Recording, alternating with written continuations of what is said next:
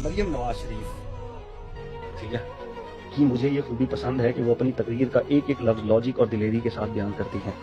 ये आपकी स्टेटमेंट है? जी जी।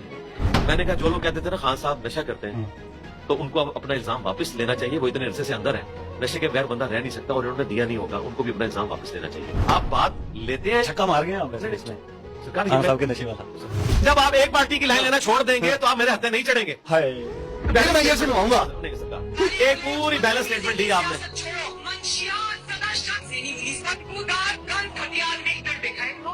सरकार इस किस्म के खान साहब के भी बयानात हैं, वो भी चलाएं सर। ओदी फुप्पी, ओदी ओदी फुप्पी अपनी गल करो।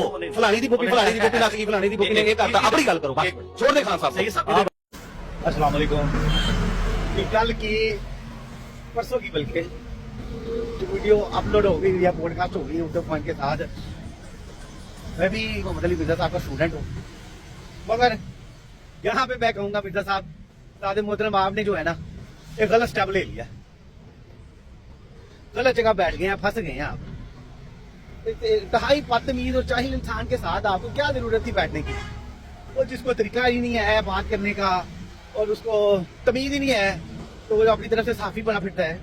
और शाद भट्टी साहब और रियान तारिक साहब सब जो है वो भी तो साफी थे, तो तब क्यों नहीं ऐसा मामला हुआ?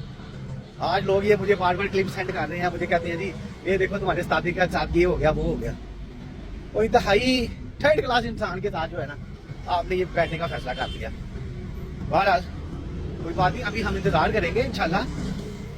इतनी जल्दी में फैसला नहीं करना चाहिए। आप इतना साथ दिया सादे मोहतरम का, तो अब इंशाल्लाह आगे भी अभी और वेट करेंगे और इंतजार करेंगे, साथ देंगे जरूर। जज़ाकल्लाह खैर। अस्सलाम वालेकुम। कल की परसों की बल्कि